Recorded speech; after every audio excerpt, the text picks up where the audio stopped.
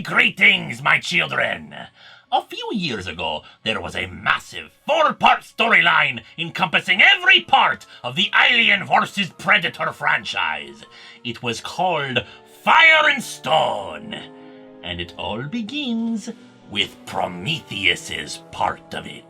Regardless of how you feel about the original Prometheus film, this book starts the festivities off gloriously. Almost 100 years after Alien, the salvage vessel Helios makes its way to LV-223, the site of the Prometheus expedition. The captain of the Helios, Angela Foster, knows that this is where the Prometheus was last seen, the last place where Peter Weyland was seen. Though she does not tell her crew that, instead just saying that there's a crashed research vessel with invaluable data that they can retrieve and get rich off of. No, her real mission is to hopefully complete Weyland's mission, discover the origins of humanity and anything else about the engineers and what they were doing out there. But of course, she is not the only one with an agenda. Astrobiologist Francis Lane has cancer, and he's hoping somewhere out there might be some kind of cure for his condition. One known only to his android friend Eldon. Once on LV-223, it is clear something is odd. Instead of a barren wasteland, they find a biomass jungle full of vines and hideous creatures all over the place, even warring ants of different colors. But most interestingly, they find the black goo from the engineer's ship. For those who have ever asked, what was that black goo? An answer is given here. It is an accelerant, some kind of biological growth stimulant that encourages the growth of life.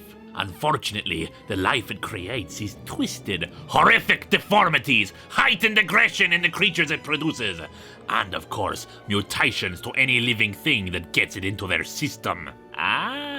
But there are other mysteries afoot. For instance, while they don't find the remains of the Prometheus, they do find an abandoned ship, a mining vessel from Hadley's Hope, the colony from the original Aliens. How it got here is a story for another comic, but inside is, of course, a whole collection of xenomorphs. The humans flee from the monstrous aliens, Francis and Eldon getting separated as the others make it back to the Helios. Captain Foster explains why she was really here, but all of that is set aside so they can try to recover Francis, Eden, and whoever else might still be alive on the planet. Francis has been busy. Someone else was on LV-223 and holed up in a cave, taking extensive notes about the black goo, its transformative properties, and how, in a more purified state, it might be useful to cure his cancer. He experiments with it, hoping the notes can guide him to a solution.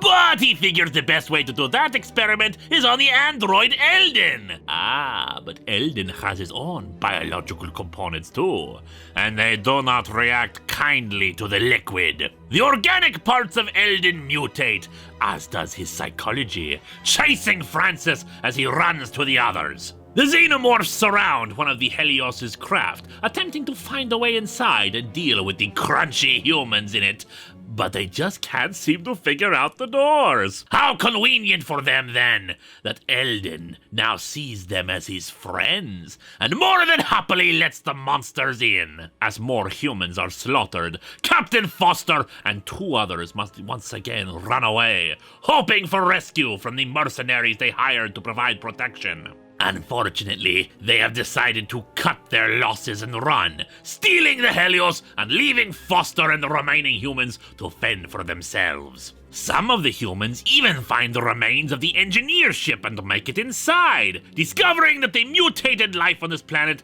has not been so random as they believed. A single surviving engineer is here, and experimenting in the life it is creating. It kills both xenomorph and human alike on his ship, leaving Foster and her friends as the only remaining people on LV-223, who return to the cave Francis and Eldon had found. Since whoever was here before managed to survive there, they figure that it is their best hope for making it through this.